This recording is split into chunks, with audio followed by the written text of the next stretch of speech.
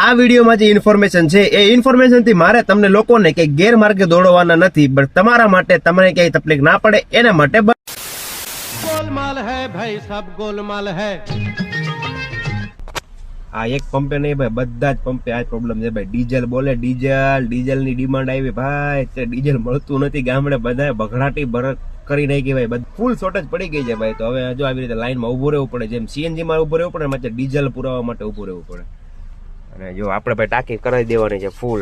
ભાઈ કોઈ પણ કહેવાય ને ગામડે આવતા હોય ને સિટી, ડીઝલ ની ટાંકી ફૂલ રાખજો, બાકી લાઈનમાં ઉભું રહેવું જોઈએ તમારે. જો અત્યારે અમે લાઈન, આ તો ખાલી એક પંપમાં હોય, હવે બધા પંપમાં 10 નહીં 15 20 પંપ જેટલા બી પંપ છે બધી આ જ પ્રોબ્લેમ છે. તો આ વિડીયોમાં જો હું ઇન્ફોર્મેશન આપી રહ્યો છું ડીઝલની શોર્ટેજની, એ આખા ગુજરાતમાં છે એવું નથી કે તો બધે જ મળે છે અને અહીંયા પણ મળે છે. આ ખાલી વાત કરું છું મારા બગસરા તાલુકાના આજુબાજુના ગામડામાં, વિસાવદર તાલુકાના આજુબાજુ ગામડામાં, આ થોડાક જગ્યાએ થોડાક ગામડાઓમાં આજુબાજુમાં ડીઝલની થોડીક શોર્ટેજ પડી ગઈ છે અને એ લોકોના કારણે છે. ડીઝલના ટીપણા ભરી ગયા છે એના કારણે છે, બાકી ડીઝલ આવવાનું કઈ બંધ નથી થયું. હા, અવિરત ચાલુ જ છે એટલે ગભરાવાનું છે નહીં. પણ અત્યારે જે સિચ્યુએશન છે એ મુજબ તમને કહું છું કે મારા તકલીફ પડી. હું જામનગરથી આવ્યો અને ડીઝલ હતું નહીં, થોડું ઘણું હતું, તો મારે આજે અત્યારે અડધી કલાકની લાઈનમાં ઉભું રહીને ડીઝલ પુરાવવું પડ્યું. મળી ગયું છે અને જે મળી જવાનું છે 2-3 દિવસ ખાલી એમ રહેશે.